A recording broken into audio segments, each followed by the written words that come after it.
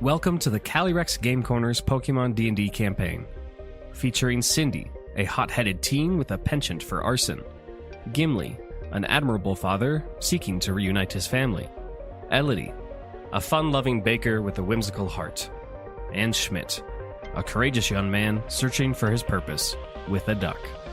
Together, they make the Quacko Packo, and this is Dunsparce Drampa.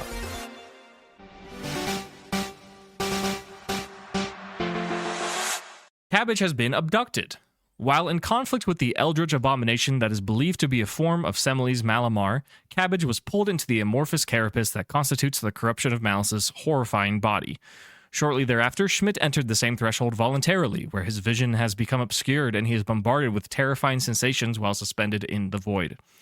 Gimli brutalizes Semele in a firm grapple just outside of the Rite of Learning, while Dr. Claude Magnolia has scurried off, nowhere to be seen. Cindy can be found on Bombardier duty, where she is causing mayhem and destruction to Neo Rocket Galactic's equipment and personnel.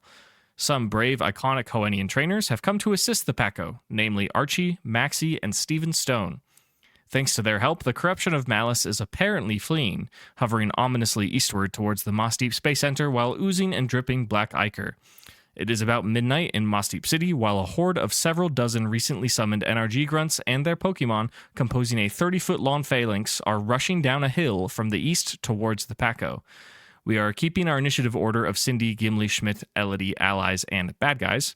Before we start with Cindy, Stevens Metagross, Trevor the Gigalith, Mr. Salt the Carbink, Walter the Dunsparce, Pride the Dragonite, and potentially Elodie may make a reaction melee attack of opportunity against the monstrosity as it looms towards the Space Center. Slap the shit out of him. With, if Walter, so with Pride, right? Because if Walter's under Elodie's control, then the only one that you would roll. No, I was saying Elodie the human. Slap the shit out of him. Yeah, it's up to Elodie if she wants to do that. That's crazy. I walked into Ironhead, right? From the You are choice banded into Ironhead, that is correct. Yes. Okay. I'll do a courtesy GM reminder just for everyone. This is a great opportunity to get some damage on a boss monster that is low health. However, even though it's been weeks for us, in the minutes that this fight has been taking place, all of you have noticed that when dealing melee damage to this creature, there is like a caustic splash of ooze that can potentially damage you if you don't make a save. So this is not a riskless reaction. It also consumes your reaction for your turn. But all of that to say... Ooh. Yes? This is just for a move, right? It's a melee attack you can get for free. Okay, so it's not like a move. What do you mean? Like I'm using one of my moves? You can. Yeah, you can't use like... Okay. If it's melee, or you can just flavor it that way. Yes. Okay. Or you can do an unarmed attack. Yeah, Ironhead's great. Ironhead will totally I'm just saying Ironhead, and I rolled a 19 on the die, so that's a flinch as well. Okay, great. However you want to do that. Yeah. Sure. Roll your damage for that. That will hit. That will break the armor class. I'll roll for Steven, because Metagross is in range. Metagross gets a natural 2, will not be connecting. For 19 points of damage. Iron Valiant got a 19 to hit. Very good. Which attack? Spirit Blade, Fairy, in Calm Mind, in Misty Terrain. Yeah, very good. Yeah, so this will go a little crazy. Go ahead and roll that damage, please. What did you say for Ironhead? 19 points of damage. Thank you. And a flinch. Perfect. Couldn't see me, but I finger gunned. Finger guns from the I saw void. it. From the void, you just knew. Very good. So we still have Trevor and Mr. Salt and Walter and Grace after, if she wants. Or not Grace, Elodie, excuse me. Elodie. I jump into the game and punch this Malamar. Hell yeah. Are you wanting to roll for Walter, or should I? Yeah, I was just going to finish rolling my damage first, but if you want to roll for him, you're welcome to. To be fair, Grace has the most to roll for, so you may as well. Yeah. And Gimli, does Trevor want to take a swing as the monster? Yeah, it would just be generic melee because I don't have any melee attacks.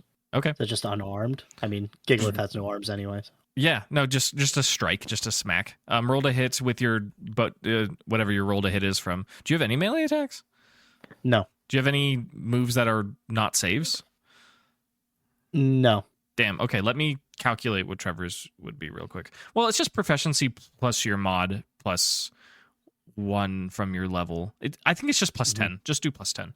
What, to hit? Yeah, plus 10 to hit. So that's And Walter 26. was 26 will hit. Roll like, I don't know. What's your rock slide damage? 2d12 plus 12. Yeah, that's fine. Roll that. That's great. That will be 76 total damage Ooh. from time. cool. Ooh. Key lime is fully powered up.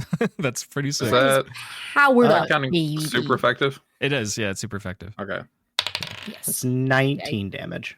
Excellent. Not as cool. Yeah. Still pretty cool, though. I mean, that's the same as Pride the Dragonite, right? So pretty cool. Mm.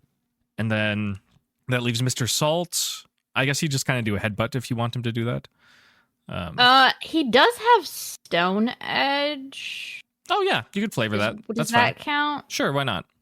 It is a dex save of 14. Oh, it's not like a roll to hit? Yeah. What? Do you want me to make a roll to hit? Yeah, we're going to change it. It just, Okay. it'll be different. We'll use that formula and we'll just fuck with it a little. What is Carping's highest proficiency modifier? His con is +4. And what's his level? 11. Yeah, do +9 to hit, please. 15? 15 does not hit, unfortunately. That's not what he does, so Okay, that's okay. it's fine. And then that just leaves if Elodie wants to give it a smack.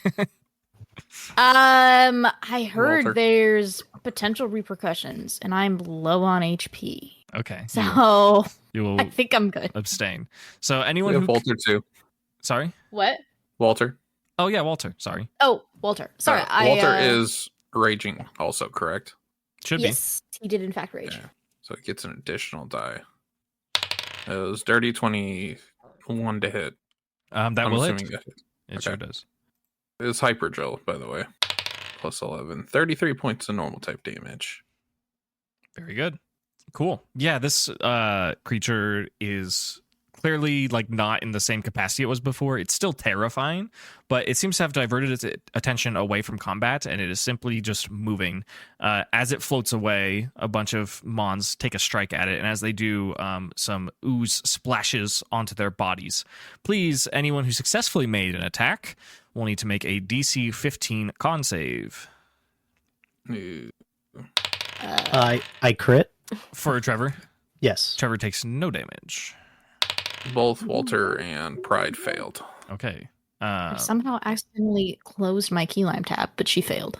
Okay. Very good. Anyone who failed takes 22 points of damage. Anyone who succeeds, I'm going to flavor this that they take none. I think the only success was the crit. I think so. So 22, all those wands give them 22 points of typeless, just bad vibes damage. Not the bad vibes damage. Bad vibes damage. I love bad vibes. Yes. Yes, so this monster hovers just slightly above the ground, 5 or 10 feet. Not as much as when the combat started, thanks to the efforts of Trevor, and it is moving towards the space station. It is hovering over hordes and hordes of NRG summoned Pokemon that are intending to engage your lot in combat as soon as they arrive. A handful of just describing them just for fun, and then you can see if you can tell me who they are based on my descriptions. There is a group of just ordinary seeming like normal type Pokemon. One is a large rat with buck teeth. One seems to be like a groundhog of some sort. One is a long noodly ferret.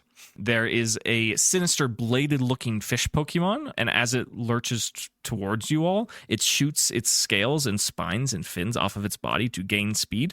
There is a rotund bipedal pig that is bounding towards you quickly. There is, sadly, a Pokemon that you all know. It is Victory Bell. There's a very agonized-looking Victory Bell. All these Pokemon have, like, dark glowing eyes, and they just seem disturbed and not correct, and like perhaps they're under the influence of some sort of control.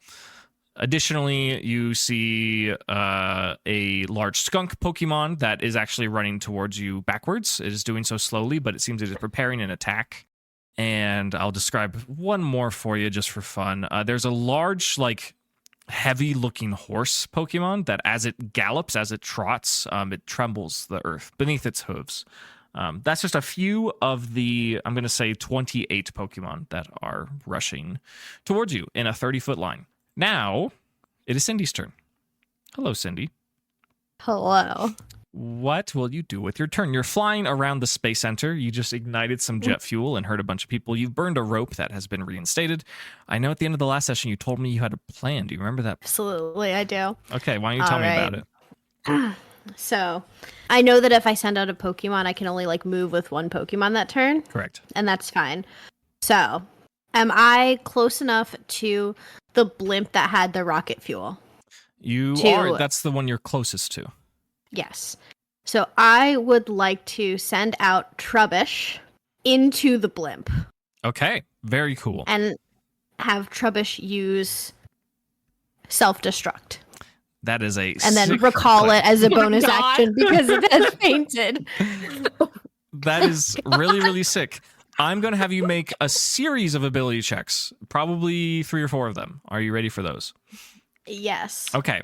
You are close enough for the 30-foot laser to release Trubbish into the blimp, but you are moving on a flying salamence and there's people around. It's going to be tricky. I need just a DC 10 dex save for releasing the Trubbish accurately. With my dex, that is a 16. Perfect. You do successfully send out Trubbish. I need you to make a perception check, please. DC 12. Do I also need to make Trubbish's queasy guy Yes, save? we'll get to that later. This is more in the split second where you are unleashing Trubbish.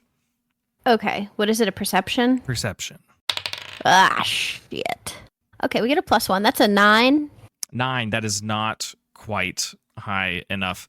Give me just an insight related to that perception based on your failed perception. Oh, goddamn. 3? Okay, not good rolls at all. I'm not going to give you any information about this interaction. And then let me see. Yeah, I guess now is time to roll the self-destruct. Let it rip. Should I roll Trubbish's queasy guy, see if he throws up? Yes, thank you for reminding me that. Yeah, roll his queasy guy passive. His con is +1. That is a 9, so he throws up. Oh gosh, he's so stinky. He's so, he just gets so anxious and queasy being thrown into events out of his Pokeball because he doesn't really know what's going on. And he gets a little anxious and he vomits. Bleh, and it's gross. All of the people on board near the hatch, the bay where you threw in Trubbish, are going to need to make a con save because it's gross. They all kind of hold it back a little bit, but it is a disgusting notion to have that Trubbish there, that very stinky guy. Now, would you like to execute your self-destruct? Yes. It is a 30-foot circle where all creatures in the area must make a DC 12 dex save. Fantastic. Yeah. On this ship there, you can't fully see everything that's going on, but if you give me a moment, I will make some rolls for some people and a few Pokemon that are around there. Mm-hmm. And just roll damage in the meantime, because you will deal damage. Okay. Not bad. Yeah, what's the damage total for a failed save? 21. Normal damage. Okay, great.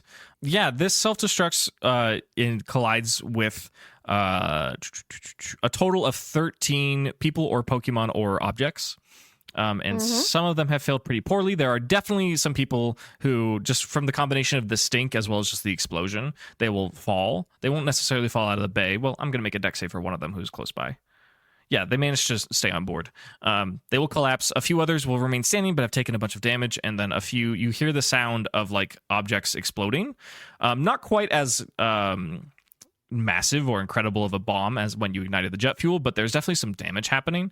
And also the structure of the blimp rocks significantly, and the pink shields that surround it when it receives damage start to like flicker and fade. Now you will need to make another dexterity check, DC 10, to recall Trubbish as your bonus action. Usually these aren't checks, but this is a difficult situation. You said DC 10? DC 10. I got an 11. Okay. I had 10 on the die. I was real scared there for a second. Yeah, just good enough. It was challenging, but Cindy, thankfully, on Fang's back, was able to execute this 1-2 punch of a combo and significantly damage the people, the property, and the blimp itself for Neo Rocket Galactic. There's people descending the ladder as this happens, and the ladder gets disconnected, and some people will fall, not necessarily to their grisly deaths, but they will slow down their ability to conduct whatever kind of operation they are, in fact, conducting. I believe the only resource Cindy has left is movement. Are you going to fly anywhere? To get a little closer to the blimp that has just reinstated the ladder that I burned. Okay, so you're spinning around. Yeah, these are like kind of in a triangle formation. Like if the triangle was an arrow pointing east, you just exploded into the top corner. Now you're going to move down to the bottom corner to mess with that one. So Salamence will gladly fly over there. Do you just kind of like tap Fane on the neck, or like use your like thighs to squeeze which direction you want to go, or like what's your pilot method for piloting Fane? I have no idea. Is it just all words, I do know vibes? is that if people can see me, I'm sticking my tongue out at them. And they are being rocked by a 14-year-old in a swimsuit. Let me clarify. We are still in our swimwear. Yeah, that's true. Everyone is, yeah. Surely someone will see that and they will think it's a little embarrassing. Absolutely. Anything else for Cindy you really want to try and squeeze in here? Just for resetting the scene, like setting the scene. Larvastar is still out and at the other, roughly in position for the other blimp. Correct. Yeah. In damage proximity for sure. Yeah, but Okay. not currently doing anything because of everything of this turn. Yes. Did not receive commands while Cindy was focused on the bomb. Very good. Okay, Yes. that brings us to Gimli. Gimli, you are, by the right of learning, you are the westmost member of the Quacko Packo. You're pretty close to the right of learning in the residential area. You have Sembley in a grapple, and you're smashing her face, and she is looking queasy. What is your action? I have great news, gang. We're going to keep it going. Okay. You may roll to hit with advantage for your headbutt into Sembley. 16. That will, in fact, hit. I will ask you to roll damage. Do you remember what the formula was? Oh, God, no. Crap. It was definitely more than a D4 unarmed attack. Was it a D12, I think? I think we did do a D12 plus my proficiency or something. Yeah, that sounds right. Ooh. 17. Great. So yeah, for either the fourth or the fifth time in a row, I'm not sure, in a span of half a minute, you smack your face into Sembley's with a powerful headbutt with your bald head. This time, as you pull away, you can see that she's all gashed up. There's blood pooling in her mouth. Her eyes roll the back of her head, and she is knocked out with a grin on her face, as if she was laughing. She's currently unconscious, and her grip on your grapple loosens. Okay, so she's unconscious. I just drop her to the ground after, like, Yeah, you have blood on your face. just wipe the blood across my face like I'm looking like Highlander. Yeah. It's a good time. Hell yeah. You have another action if you would like to do that. Okay. The monster is still escaping, yeah? Like he's just trying to... It is, and he's moved pretty significantly, and there's a barrier of monsters that are lunging towards you. It'll be near impossible to get a melee attack in, unless you can somehow... I won't say it is impossible. It'll be very hard to get a melee attack. Shouldn't be too hard to get a ranged attack, but you are obstructed. How many creatures are around me, then? I'm kind of pulling up like their statistics in a way. I have a variety of moves I can choose from, but I'm pulling their health. I'm going to say there's slightly at or less than 30. There's a lot of creatures, and they're in a vertical line. If you're looking at the map, like where the hills that lead to the Space Center are, they're just charging towards you in a straight vertical line. At the start of their next turn, they will collide with the Packo. They will be attacking. A straight vertical line, huh? Yeah. If only I could create a some kind of obstruction in a straight vertical line. Yeah. Let's do some earthen ramparts. Okay. We're going to try to create a wall across what do you think would span it for the straight vertical line? I've described it as a 30-foot line. A 30-foot line. Okay. Yes. That is fairly easy for me. Okay, cool. So if I'm just making a 30-foot line, the walls are automatically 5 foot thick. That's their default size, yeah. Yeah. They're 5 by 5 height and length. So if you're going to do 6 of those, then you can apply your... What's the name of that passive again? Earthen Ramparts? Earthen Ramparts. Yeah. Yeah, you can math that out. I'm happy to assist you, but I think you're more than capable. Yeah, I think if I make a 10-foot high wall that's 30 foot, that's still enough obstruction to delay them. Certainly. Yeah. So with that, that'll cost me 40 HP, so I will set that up. Okay. Trevor will expend some health, as you can see, like the gems and rocks, like the glowing minerals that adorn Trevor's body, like flash for a moment and then they grow dull as he expends a significant amount of his power to create from the earth just walls of stone, 30 feet of it specifically, just kind of bisecting this part of the island. So all of these charging creatures cannot simply reach you on the next turn. They're going to have to figure something out. They'll have to either break the walls or climb over them if they are able. You said they're 10 feet tall? Yeah. Okay, yeah, only certain Pokemon will do that, and it will either way impede their movement. So a great defensive strategy from Trevor. Anything else on Gimli's turn? Bonus actions or movement? No, I think that's it. Excellent. So if you guys are looking at the map, obviously the podcast listeners aren't, but this wall is being formed in how it's described, I think, where that leftmost tree doodle is, just from the top of where the island meets the sea and then straight down for 6 tiles, if you are curious about that. That is the positioning of it, because all the monsters are over there in a vertical line, because that's the easiest way to do this kind of combat. Thank you, Gimli. Schmidt, you are suspended in an abyss. I will need you to make another intelligence save, please. I will continue with the thread that you want to roll high. Originally, I thought it'd be fun if the goal was to roll low, but because you did well last time, I need you to do that again. You sure you don't want to change it to rolling low? I've committed. I've committed. Okay. What did you get? What's the intelligence? +2. I got I forget Schmidt Smart. It brings it to a 5 total. Okay, yeah.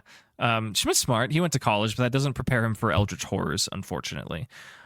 His mental guard is loosened as he feels like kind of free floating and suspended in this void liquid, and it's almost soothing in a way, until his brain is bombarded with just terrible thoughts, ideas, sounds, visions, just screams of like monsters and figures and just really disturbing images that he was not prepared to see. I will have him make a follow-up religion check with disadvantage. That's an 8. 8. Not super good. Terrifying image of grotesque monsters and creatures flood his mind.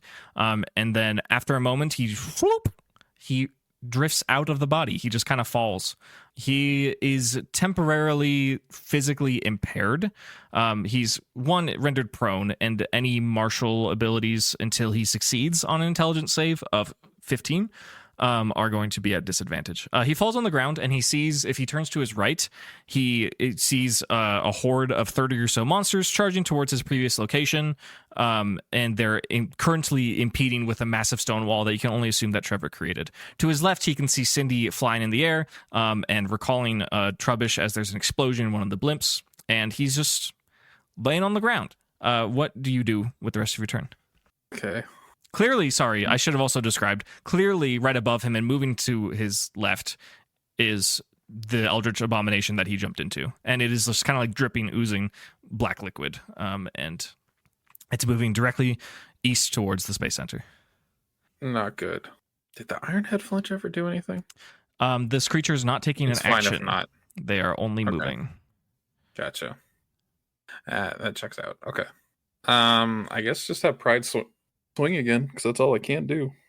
Okay, yeah, let's get that Ironhead. So, let's see. Pride is flying. I would posit that Pride would not provoke any opportunity attacks by flying high enough over the horde that is charging. So, go ahead and roll to hit that Ironhead. Pooh. Natural 20. Okay, that's a critical hit. Roll that damage, please. This thing is already looking pretty beat up. Can this net the KO?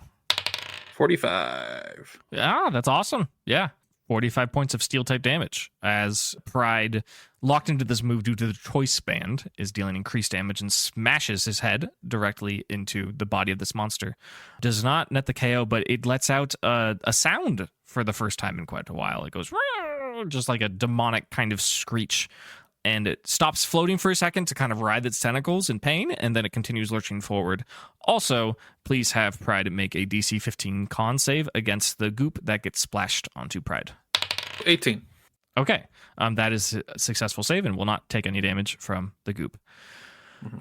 Schmidt, there's more to your turn that you can do. The saves that you took inside the void did not count against your economy, so you're laying on the ground. Well, I can make an intelligence safe to try to... Oh, no, sorry. That you can't do that till the end of your next turn. But what you can do, you can stand up, you can move, you can issue another command.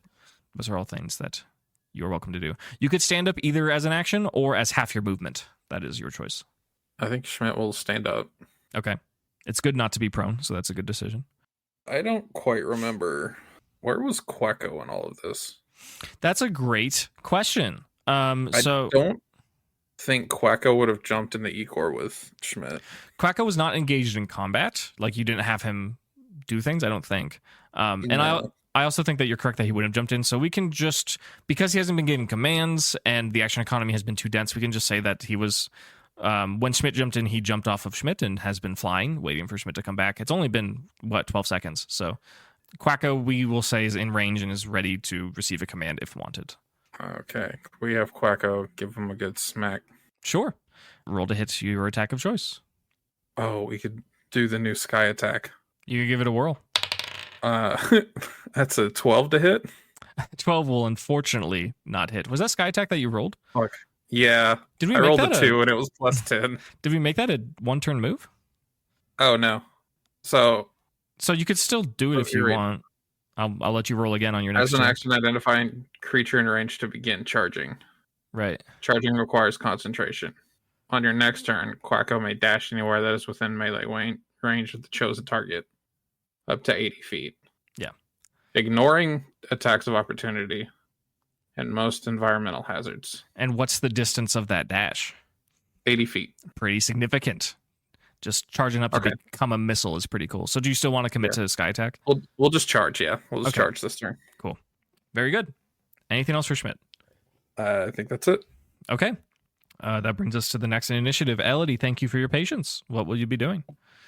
Hello. Is Cabbage privy to making such rolls as to figure out where she is in space and time, or is she just gooped up? She is quite gooped up. She is welcome to make a roll anyways. If it's not an attack against her, it will consume, I'm going to say, a bonus action to make one roll. So you can choose an ability check if you want to make it for Cabbage. Okay. Not as a full action, but a bonus action. Understood. Yeah, I'll go ahead and have Cabbage try. Okay. So, Check of your choice. Could be check whatever of you my want. choice. What do you want Cabbage to do in here? So I was thinking, of using Irresistible Charm, which is her passive, which allows her to, as a free action, force one Pokemon to, well, first of all, use their movement to move towards Cabbage. I don't think that's applicable here, No. but gives like a suggestion per 5e rules. Sure. I think a caveat of Charm is that you have to be able to see the target.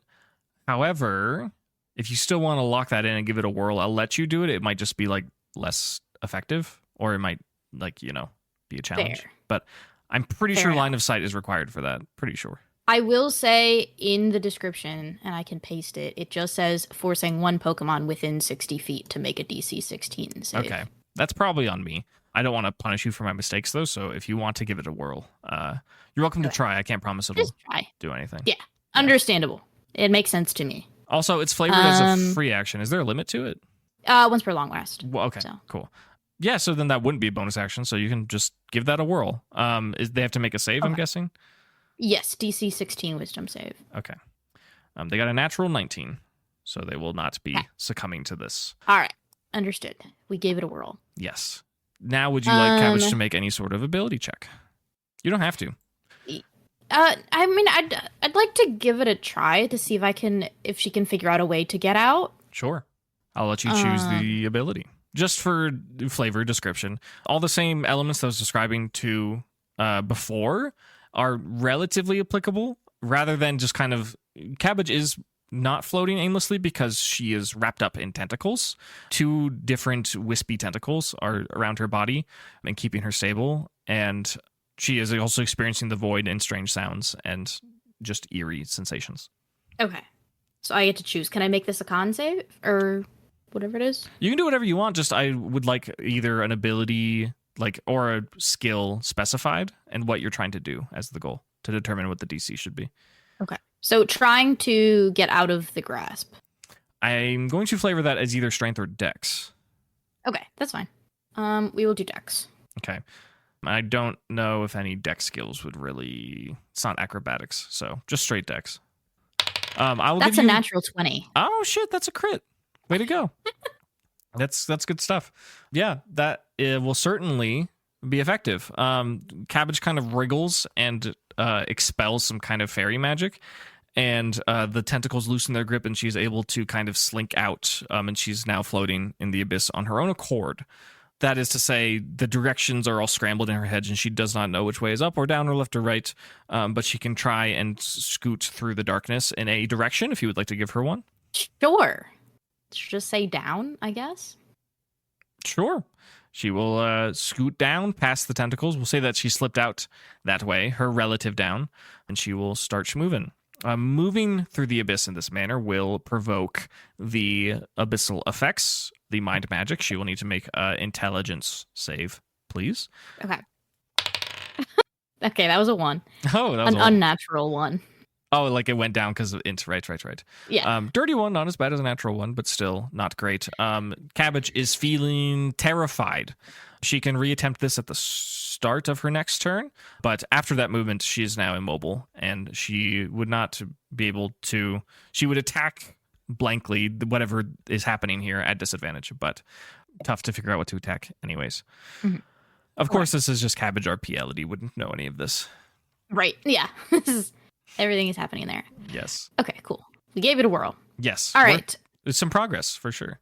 Yes, in progress. With Key Lime, would Key Lime be able to reach Malamar for a Spirit Blade? Not easily. It would be a challenge. A wall has been constructed, and there are a whole bunch of mons charging. So it would be at least 2 different ability checks, probably an athletics and an acrobatics, and then the chance to hit by rolling to hit. Mm-hmm. I'm not saying it's impossible. I'm just saying it is very hard. Yeah. And I think your movement, what's 30 feet of movement? Right? Probably. Let me double check. It's 35. 35. It's still not quite enough to reach. Like if you went around, like if you went south of the trees and then like up and around, you wouldn't quite reach with a melee attack. Okay. So the last move Dragonite used was Iron Head. Correct. The last move Trevor put up the wall, right? Yes. Because I do have Mimic, so I could potentially make a ranged attack with Mimic. Does Mimic take a turn to absorb, or does it proc automatically like Copycat? Oh, right. Good question. It doesn't say. As an action, this move is temporarily replaced by the target's most recently used move in the encounter. Yes. So I would describe that as you use the action to pick it up like you do in the games. Gotcha. And then you have it. So yeah, it's pretty much... Because the only other move I have that's damaging is Psychic, and obviously it's a Dark type, so that will not work. Yeah. Schmidt is out now. Yeah, he's in a funny position where he's like between the hostile monsters. Right. Just kind of on the hill. I'm just wondering, have relinquish control of Walter back to him?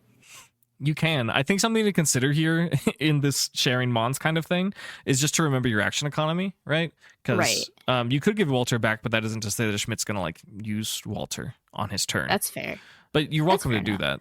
I'm not going to say that relinquishing don't... control costs an action. I think Schmidt is just better at commanding Walter, and if he wants to give a command to Walter as an action, he's welcome to do that. But you can also still give commands to Walter. It's just maybe less effective. Okay. Right.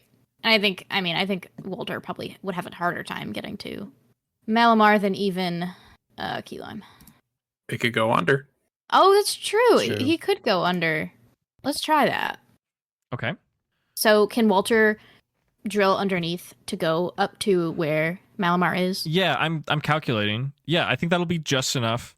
If he gives a good leap from underground, he should be able to go down 5 feet, under the wall, under the monsters, and then pop up and be able to strike Malamar with something. So, yeah, he can consume his burrowing movement to drill a hole under the ground, go under the wall, go under the monsters, and then pop out. What is he going to attack with?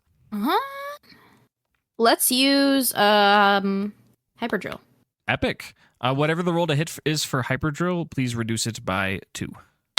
Well, okay. So that's a 10. Okay. Wouldn't have hit anyways, but go on. Does Rage Effect roll to hit? No, right? It's just damage? Yeah, it's just damage. Okay. Just damage. So yeah, just 10. Okay.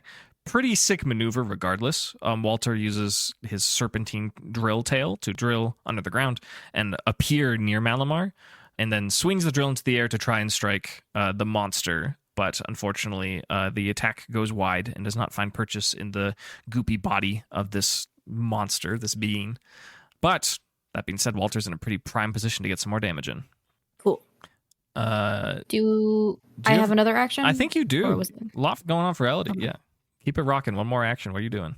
I think I really need to just try and get Cabbage back. I think we are going to go for it. I think I'm going to see if I can try and get Key Lime over there. Okay, cool.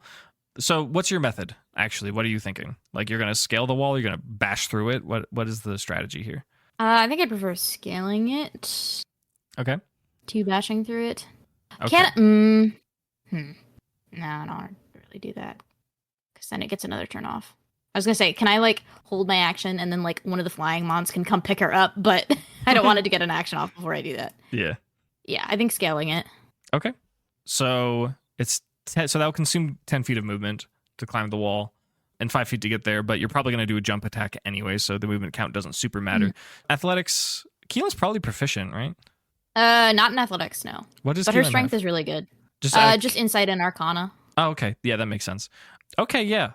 Just give me a DC 12 athletics check. You'll be fine. A natural 20! Let's go. That's a crit. Yeah. That's fantastic. That's crazy. Just seemingly like not even using her hands. Key Lime will approach the wall and just run up it vertically and then get to the top of it. Pretty sick. Now, assuming you want to attack and assuming with Spirit Blade, I will need Key Lime to make an acrobatics check to do the jump. Okay. I will also make this one DC 12. Nice. 18. 18, yeah. In a super epic anime maneuver, Key Lime climbs to the top of the wall and then jumps and pulling out their pink saber goes to strike this monster. Roll to hit, please. Okay, cool. 23. 23 does in fact hit. Please roll go. your crazy damage on this one. So, I guess to be fair, does Misty Terrain count here because we're not grounded? You're in the air. I'm sorry. Okay, so we only double the damage or the damage bonus once Yeah, which is because fine. I did Calm Mind, Yeah, which is still great, yeah, and it is super effective. So I still double the dice. sure. That'll be 47. Ooh, that is so sick. Before I describe it, I would like Key Lime to make one more dex check to land carefully because this is a tricky scenario and jumped like 40 or so feet to make this attack happen. This is, what was this again? Acrobatics or athletics? Either, actually. Your choice. Okay, then that's an 11. I was looking for a Four. 12. Oh no! So Key Lime does successfully get the attack off, and it's pretty sick and epic and cool, but Key Lime will not stick the landing because of the slanted surface and will fall on the ground prone. Additionally, roll 1d6. My prone damage. 5. 5, not too bad, but will take 5 points of falling damage as Key Lime I'm at collides with the 69 ground. health. Because of the speed and velocity of Key Lime's super cool epic attack and the crit that they got on the athletics check, they will naturally just avoid the ooze damage, so you will not need to make that roll. Cool. So Key Lime is going to be prone on the ground in front of the monster. The monster has taken a significant amount of damage. It has reached a threshold where it has stopped moving and its black body has begun to glow red and its tentacles writhe all over the place. You all, just to save you wasting time making rolls, you all get the impression that this thing is in its like unconscious or death throes, and it is probably going to explode. So be prepared that at some point, unless you can deal a significant amount of damage in a short amount of time, it may in fact explode. Who knows what that means, but it will do it. Anything else for your turn? Nope, that will be all. Okay. Cabbage, while inside the monster, will feel like a bubbling kind of churning and like a roaring as her environment gets hot and like viscous.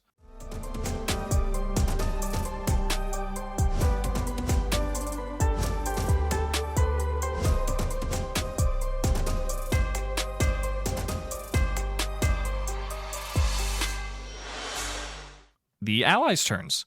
We have Steven and Archie and Maxie engaged in combat. Sharpedo, what will Sharpedo do? Sharpedo's gonna go north, like into the water, just to kind of get that vantage point. Just going to dash, just going to be in the sea, just for convenience sake. And then Camerupt, not very fast, but will start lumbering like in front of the wall and like preparing a big attack from its humps for when the monsters do eventually breach. Metagross is going to fly in the air towards the monster and enter close to melee range, 5 feet away, cannot actually make an attack, but it's preparing for whatever this explosion situation is going to be. So they're all just gaining position here. Instead of one person rolling a d20, can everyone roll me a d4, please? Oh, cool. 4. Okay. 2. Okay. 4. Great. 2. Excellent. This conversion, I can make it happen. Just give me a second. Looking at tables and thinking. A new ally joins the fray. Delaney marches up alongside her Gothitelle, ready to hopefully help against this horde of monsters. And running up alongside her, behind her, is Brandon, the cop. And he is now joined by none other than a Rocky Magcargo, ready for action. Additionally, not related to the role at all, but who else is joining the fray? It is none other than Tiberius Matthias Ferrisheart.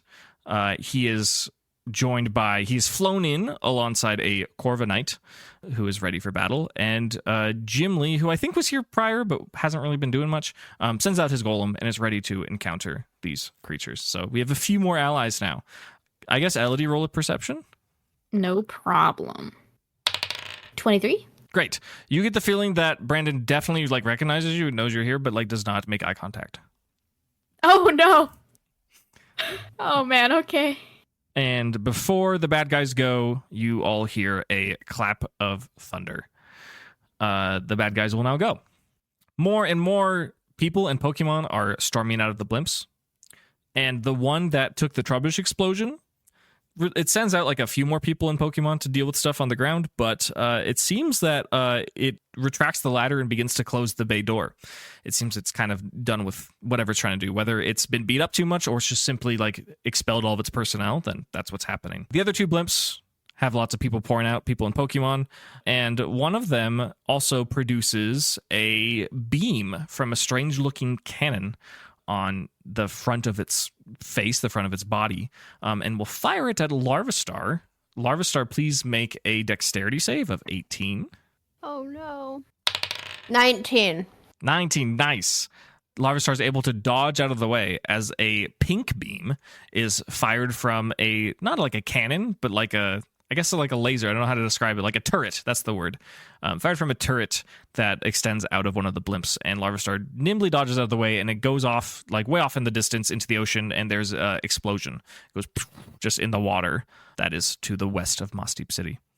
Notably, there are people charging in through the front of the Space Center. Lots of grunts and like some slower moving, seemingly important people. One of those which you recognize is certainly Rada and his Aggron. They are iconic. You cannot not see them.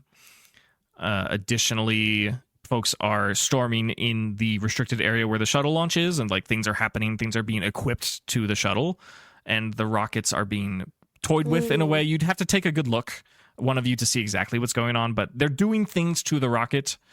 And you can tell that the lights are being turned on, that there is activity in the Space Center that is certainly happening. The Malamar monster that is close to exploding wasn't necessarily planning on making an action here, but it did flinch. It had additional legendary resistances, but it doesn't really matter because it simply has one goal. It's going to...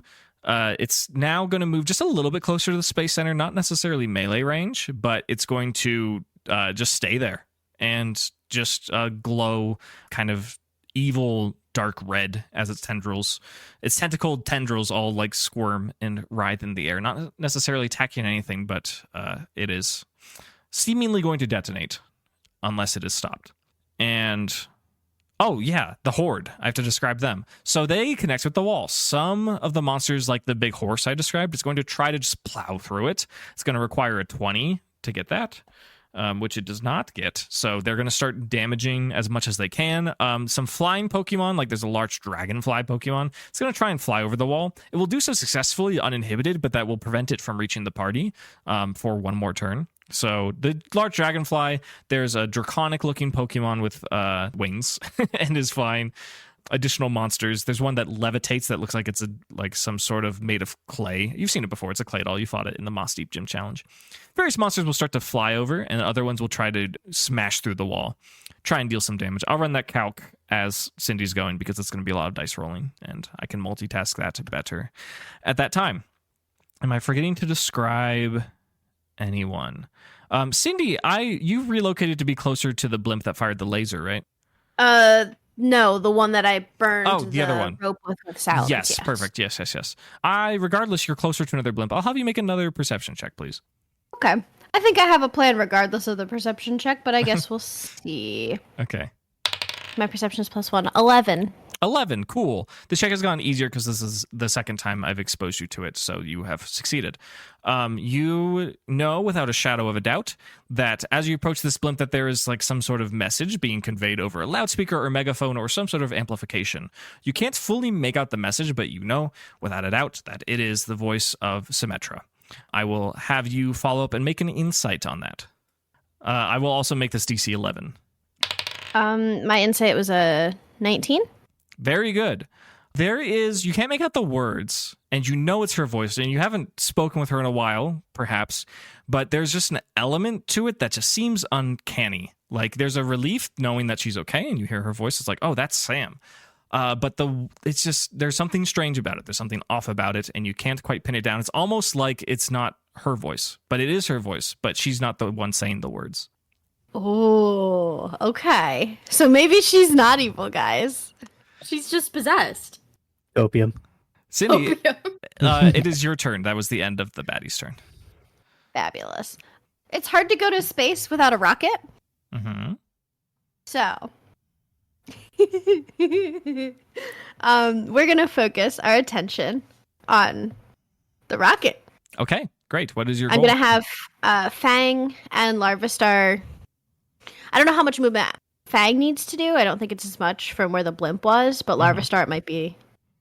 I want to be close enough to the rocket, but not like so close that if it blows up, we're blown up with it. Okay. So just within attacking range? Yes. Before you'd roll anything, what is your intention for damage here? Fire. Okay. Cindy is 15 years old. She didn't go to school, right? Presumably not. But Okay. she is a Hoennian. Yeah. Hoennian. So might have visited the Space Center before and got like a little Space Center tour as like a child. Okay. I've been giving you a lot of rolls, and I'm going to give you another free one. I want a DC 12 intelligence check before you commit to this attack. That's a 9. It's a 9. Go ahead and make your attack. Fabulous. It's either going to go really well or really not. Oh, rockets are like designed to like not get as damaged so easily. If it were impossible, I would have you not do it. All right. I am going to have Fang and Larvastar get closer. Okay. But I think I'm actually going to send out Cookie. Oh, great. Can Cookie fit on Salamence with me? Potentially. Cookie is quite heavy. I can sit in Cookie's lap. I think that's fine. I think Fang actually needs to make an athletics check of 14 or higher, or else he's going to have to either be immobile or drop someone. Okay. What is it? What's the check? 14 athletics. Is that based on Strength? That is a dirty 20. Okay. At this time, Fang is able to carry both Cindy and Cookie without issue. Okay. So I'm not directly, let me clarify. I'm not directly over top of the rocket. I'm maybe 20 to 30 feet to the north of it. Like kind of over the water. Yeah, I like that. That's good. I'm just trying to like put myself somewhere because I'm about to drop a magma storm on the rocket. Great. Because the rocket can't move. And it's just going to get pelted. That is true. You're just targeting like the top of the shuttle, basically. Probably going to hit the boosters as well. Aiming for the boosters, because that's where the rocket fuel is, but like, rocket, hit rocket. Sure. Okay. I suppose you will be hitting, so roll damage. 29 damage. Okay. While I'm not going to describe it as a strict immunity, space faring parts and machinery are designed to be incredibly heat resistant because of the intense atmospheric pressures that they experience upon entry and exiting of the atmosphere. They experience fires that are far greater than even magma.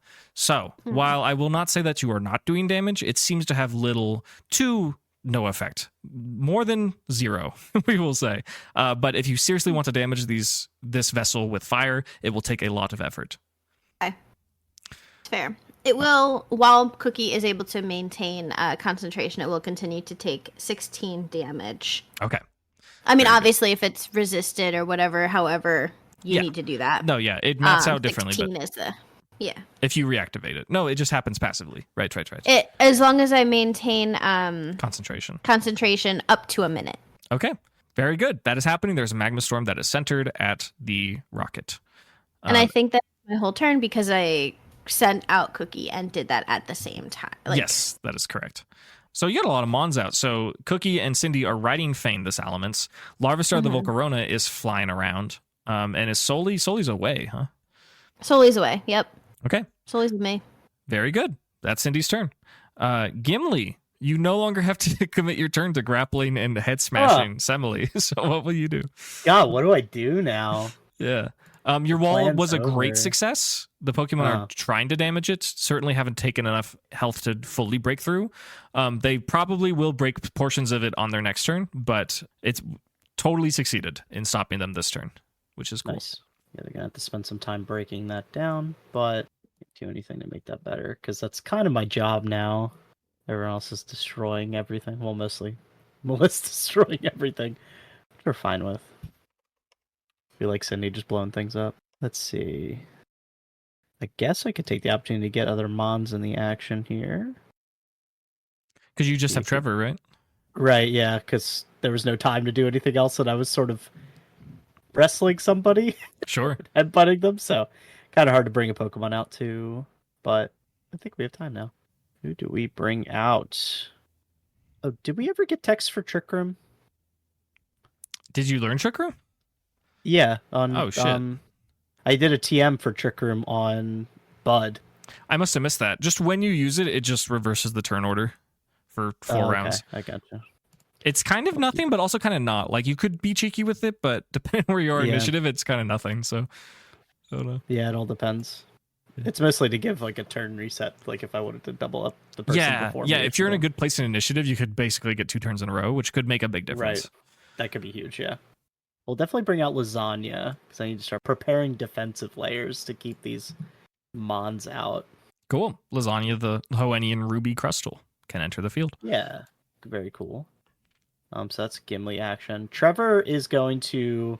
I guess I couldn't really multi-Sand Tomb, right? Like behind the wall, just to like keep slowing down like whoever is behind it. I don't think that's a viable thing for me, because it is single target. Right. We can work on flavoring it a certain way if you want to make it happen, but it would be on this side of the wall, sure. On the opposite side, it's a little weird. Yeah, it's a little weird. Is Radazagron nearby somewhere? It's about 120 feet from you. Okay, that's a bit of a ways. You can only see it because you're used to how monstrous it is, and it feels like it's only getting bigger. Yeah, right. It's just growing larger. Okay. Yeah, so I'm basically dealing with the wall right now. So let's... And they haven't damaged the wall yet at all? They just like got to and are attempting to? A few Pokemon have damaged it, and then like half of them have started hitting it, and half of them have decided to go around or over. Okay. So they're all like in front of the wall, essentially, then? Either on top or right on it, correct. Okay. I'm gonna really mess with them. We're gonna do the same layer, just a stack on top. So as they start to climb it, they get knocked off of the wall. Yeah. They have to fall back down. Okay. Sure, so just the same 40 HP to make it 10 feet taller? Yes. Okay. You may certainly do that. Yeah, and any Pokemon that we're attempting to fly over now have to consume more movement if they want to fly higher. And, not ideal for them at all. It is done. No other way to describe it, really. Good stuff. No. Okay, we're just keeping it under control. Okay, as usual. Just out of curiosity, what's Trevor's HP looking like? 27 out of 168, but I am healing 16 this turn from leftovers. Nice. So. Leftovers is awesome for this mod, for the sure. value is crazy. Yeah. It's excessive. Anything else for Gimli? No, that is it. Okay. Schmidt, are you with us? I am. Please make a DC 14 intelligence save against your terror. That's another 5. Okay. Things for Schmidt specifically are not great. He's feeling gross and bad, but he can still give commands and do stuff. He can still move. Certain things that Schmidt specifically does might be less effective. Okay. Well, we were revving this sky attack. Well, sorry, Schmidt actually can't move towards the monster. Sorry, but I don't think he wants to move towards it anyways. Okay. Quacko He can. kind of did, because he kind of needs to get Cabbage the fuck out of there.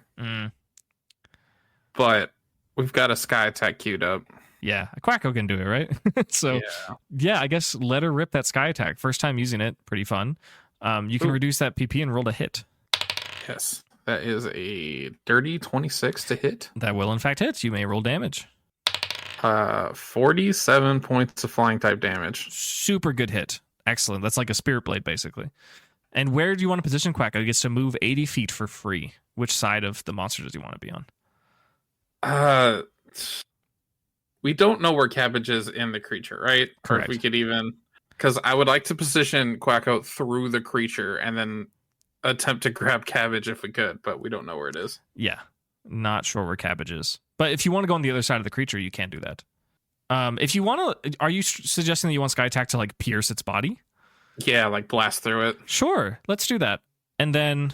I feel like a D100 is excessive. Give me 2 D20s just to see, like, the location and how things shake out. 20 and 15. Okay. Yeah, you pierce this monster kind of in its like chest in the central part of the kind of triangular squid body, and a hole appears from Quacko's dash. Quacko like glows like red and white, and it gets like its Super Saiyan Dragon Ball Z streaks, and then Quacko just charges like a bullet through the air 80 feet through the body of the monster, and it creates a solid circle hole where Quacko charges through, dealing awesome damage, by the way. And just in like the bottom corner of the hole, you see a little swirled tip of what is Cabbage's head of its whipped cream body, right as the hole recloses up. So you understand that Cabbage is roughly in the center of this monster. Bet. Okay. Also, And the it monster begins to like tremble and like writhe more, but it doesn't explode, and it doesn't not explode. Okay. I guess we just Ironhead the monster again. Sure. Walter's We're also basically just- in range too. Reminding me, if we're still hitting it, we're basically like just giving it death saves? Or how does that mechanic work? Or is This it is a completely unique different? mechanic I haven't done yet, so maybe I'll Okay. describe it after the session. I was inspired by a Baldur's Gate enemy that does this. So Okay. So the I Steel guess I'll Watcher. just keep Ironheading. perhaps, Elodie, perhaps. I was gonna say this sounds like a Steel Watcher. Yeah. Not literally, but the mechanic. Right. Okay. So mechanically, would it be beneficial to me to keep hitting the thing? Potentially. It's just that what's cool about the mechanic from Baldur's Gate, at least, is that you like want to damage it, but it's tanky and strong, and like if you don't eliminate it, it will just blast you and all your guys. That's essentially what's happening here, is that like you're gambling. Like, can you deal enough damage to get rid of it, or like, you know, risk taking a bunch of damage as a result? That is your Okay. decision to make. Well, I think we're locked in melee anyways. So we're gonna get blown the fuck up anyways. Sure. I have Pride next to me and I have Walter next to me now too, right? Yeah, Walter is there. Yeah. Okay. I think I want to withdraw Pride for this turn. And that would be my only other action, right? Quacko took an action, I withdrew. Yes, that would be it. Okay. I'll evasive stance the explosion if I can. Okay, perfect. I mean, you can just target that monster, and if it attacks you with anything, you can get that. So that's Yep. good. Schmidt, bonus free perception check, please. Bonus I'm looking free for a perception. 12 or higher. You're not going to get it. What did you get just for fun? I got a 2 on the die. Okay, that's quite low. Mhm. Schmidt isn't sure what's going on, specifically with this roll. Cool. Never do. Anything else for Schmidt? No, we're good. Okay. Elodie, it's you. Oh, Long rounds. Appreciate your patience. What are you going to do? Cabbage being inside it. Yeah. Is there a possibility for her to try to swim out again? Yeah, she can let it rip. She needs to remake her intelligence save, though, because she is currently terrified. Okay. Um, Understood. 14? Yeah, 14. It'll be tough, but I believe. It's a hard roll. This is a really scary situation. That's a 4. Okay. Cabbage is terrified. And additionally, this is her second turn in a row. She will be bombarded with sinister and evil and malicious thoughts and images and just bombarding her senses. And she will actually take some damage. Not an incredible amount, but 36 points of typeless damage. Sorry? All right. All right. Okay. And she's still currently immobile, terrified, stuck in the body of some monster that is growing hotter. I think we have to kill this guy. Who's your sidekick as you say that? Damn, that's crazy. It's Elodie and Snoopy or something. Snoopy? I don't know, like, you know, the meme where it's like two random characters. Right, I know, but why Snoopy? This is the first thing that came to mind. I don't know. What do you think? I would like it to be Cabbage, but she's not by me right now. Yeah. Snake from Metal Gear Solid. I don't know. You're solid. Somebody draw yes, that. Please. Very much an Isabelle and Doom guy scenario. And of course, Yeah, it's Elodie saying that, and then the other characters is like, damn. Or like, oh shit. Exactly. Yeah, it's Elodie saying that. Yeah. That's awesome. Okay.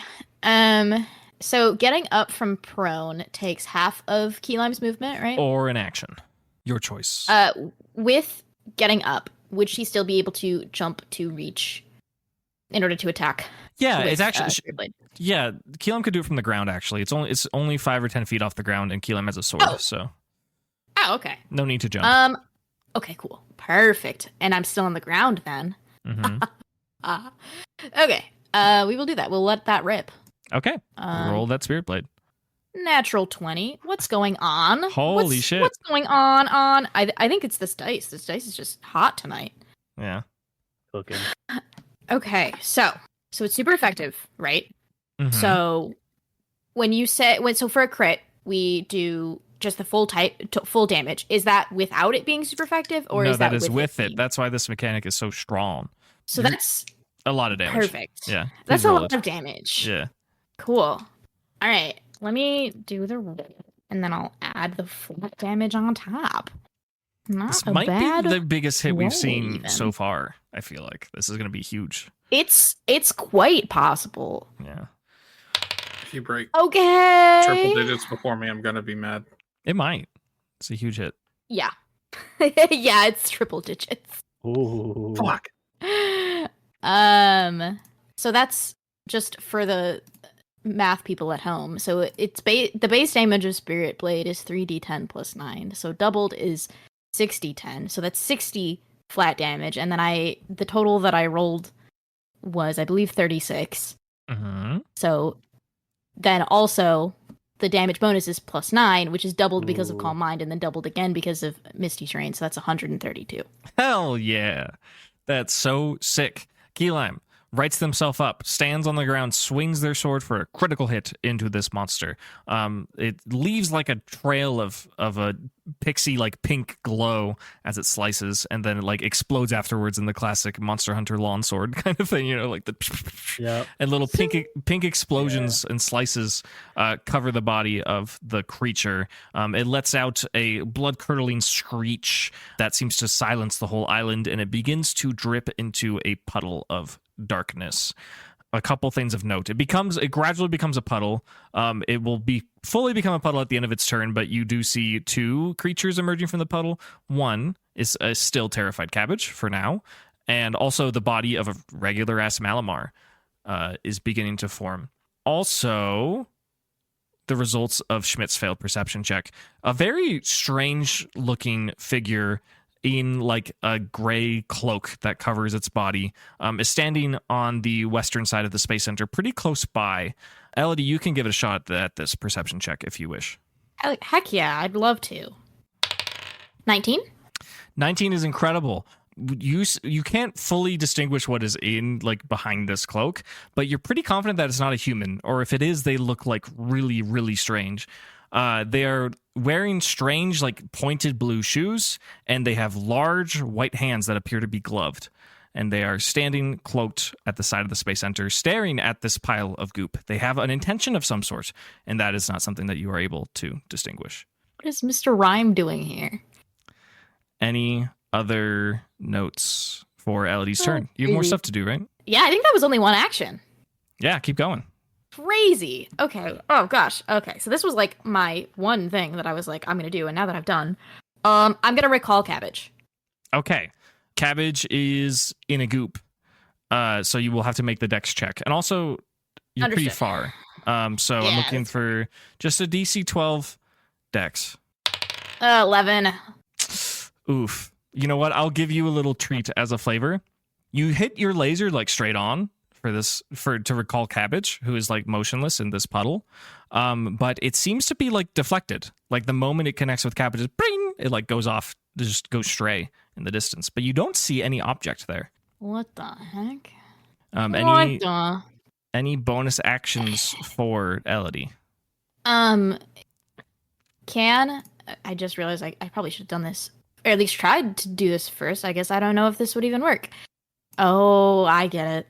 Oh, come on. Ugh. I guess I could still try this. This could still work. Can Cabbage Misty Step away, or is she just too gooped out? She's pretty gooped out. At least, yeah, why not? I'll let you try and remake the Terrified save. It will expire at the end of the baddie's turn, but you can get rid of it then. That will give you more opportunities to do other things. So it'll be DC 13 int on this turn. It's decreasing 13. Yeah, no, failure. Okay. She's still all gooped up. Anything else for Elodie? So did that take up my bonus action then? No. The save? No, it didn't. Okay. I probably don't have much in the way of bonus actions. Anyway, it's really just party times. And I guess I have movement as well, but there's a lot of stuff in my way from myself moving over there. I will give Cabbage herself a party time. Okay, great. Do you have any flavor for it? I'm just like yelling over everything to Cabbage, like, get up, you've got this, even though you're all gooped up. You love the goop. You were born in the goop. Hell yeah. At one point in her life, most of her life, Cabbage was in fact goopy. She was. She knows the goop. That's incredible. And then that one be my... Okay. Gonna do a classic Dunsparce Drampa, ask for ambiguous, scary perception checks. One from Elodie, one from Cindy, actually. Okay. Perception? Yes. From me... 11. Memorize these numbers. 12. Okay. Above average, but not super great. Cindy, you don't specifically see any colors or nuance to it, but you know the Atlas Stone is kind of popping off right now. Things are going on with it. You can tell just from your bag, like it is flashing at least 2 different colors, but you can't fully discern what's going on with it. Elodie, you see probably about 15 or 20 feet behind you, walking in your direction at like kind of a relatively hurried pace, is the strange figure who you've seen a couple of times during energy-related events. They're the person that got you in the portal, that got you into Silphco that first time, and you saw them at Dewford, and they gave you a wave when you saw them, and they are approaching you from behind. Answers. Finally! But that is Elodie's turn. Let's do the allies first. There's so many, I'm kind of cursing myself for this, but it's a late-game fight, so it's fine. Archie, Sharpedo is going to fire a watery blast in the line, specifically a hydro pump in the line of all of the monsters that are caught behind the wall. Certainly the monsters at the front of the line are going to take the most damage, and then the ones in the back won't experience anything. But I'm going to roll a few saves. And yeah, the first 3 monsters in the line will get blasted, and they will be knocked prone. And then the full first 6 of them are going to take a pretty hefty amount of water damage. Camerupt will... It's probably just going to position itself more to the center of the wall. It's slow moving, so Maxie will command Camerupt to do that. Steven's Metagross is going to hover over... It's going to plop down on its legs, probably like right next to Malamar, and just like give it a good old investigation, make sure that if it pops back up for any reason, it can smack it. Because, again, a regular-looking squid Malamar is appearing in this puddle of goop. Delaney. Delaney is going to approach the monsters that are all piled up against the wall from the south, and Gothitelle will issue a Psychic at the first monster. It does not succeed. Brandon's Macargo is going to let loose a Flamethrower and target the first... That's really slow. It's only going to be able to capture 2 monsters in there, but it's going to give it a whirl. One of them is super effective against it. Actually, Brendan's Macargo manages to fully knock out a victory bell in one hit. That is fantastic. It's right before it faints, if anyone was paying attention, which I'm not sure anyone besides Elodie maybe could see. It's kind of visage changes from like being really like evil and sinister and angry eyebrows, and it becomes like neutral for a second, and then it falls unconscious. TMF and Corviknight are actually going to relocate themselves over towards the front doors where they saw Rada and Agron enter. They're going to dash. They're going to consume all their movement to fly through the sky to land among all of the energy operatives. Jim Lee's Golem is going to fire off a rock blast at the baddies, the horde of baddies behind the wall, because he has the southern positioning, dealing a good amount of damage. That's all the allies. Okay. Thanks to the efforts of Schmidt and Keylime the Iron Valiant, this bomb, so to speak, was diffused before it could explode. So in a pile of black ichor is just the Malamar, Semley's Malamar, just laying on the ground, and Cabbage. The strange cloaked figure who just doesn't seem like a human steps forward and moves towards the terrified Cabbage. Its walks are a little uncanny, and it pulls off its hood, and you recognize a scarred, kind of beat up, but all of you can see from this distance, a vaguely familiar Mr. Mime. It's not a Mr. Mime from Mr. Mimosas. It seems like there's a sense of like maturity to it, that like this is perhaps a mime that you've known before. And it looks down at Cabbage, and it places its hands like around Cabbage's sides, but like a foot to her left and to her right, and lifts its hands up and picks up Cabbage in an invisible box and examines Cabbage very carefully. And there's another thunderclap in the distance. And the moment that this mime creature picks up Cabbage, you hear over a loudspeaker from the Space Center, 10. And that is where we will end the session. Hello, and thank you so much for listening to episode 100 of Dunsparce and Drampa. Myself and the players can't believe we made it this far, and we are so grateful to you for listening, and as well to all of our patrons who make this show possible. We got so many new patrons over the winter holiday, and I'd like to spend some time shouting them out. I would like to thank you, Wade, Will, Lou, Origami Evie, Jose Alvarez, Jazzatron ASMR, Sean Emerson, Maggie Tuna 1999, Bullet Roll, Cerulich 27, and Kiba Ishumaki. We will see you for episode 101 on January 21st.